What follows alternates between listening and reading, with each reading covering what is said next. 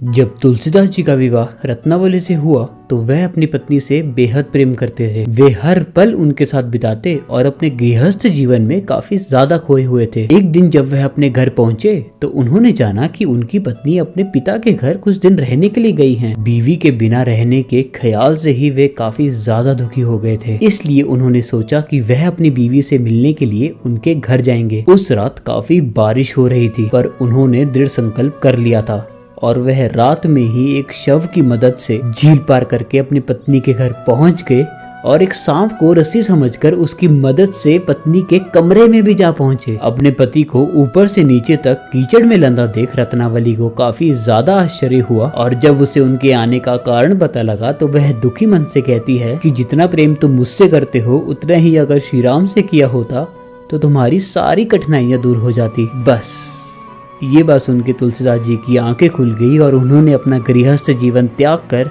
राम नाम जपने का निर्णय ले लिया। पूरे देश में उनका बोलबाला हो गया था और वह इतने बड़े कवि बन गए थे कि उन्होंने वाल्मीकि जी की रामायण, जो कि संस्कृत भाषा में थी, उसे अवधी भाषा में रामचरितमानस के नाम से लिख दिया था। रामचरितमानस को पहले तो पंडितों ने खंडित किया, लेकिन फिर बाद में उस किताब को उसके लेखक को दिल से सराहा।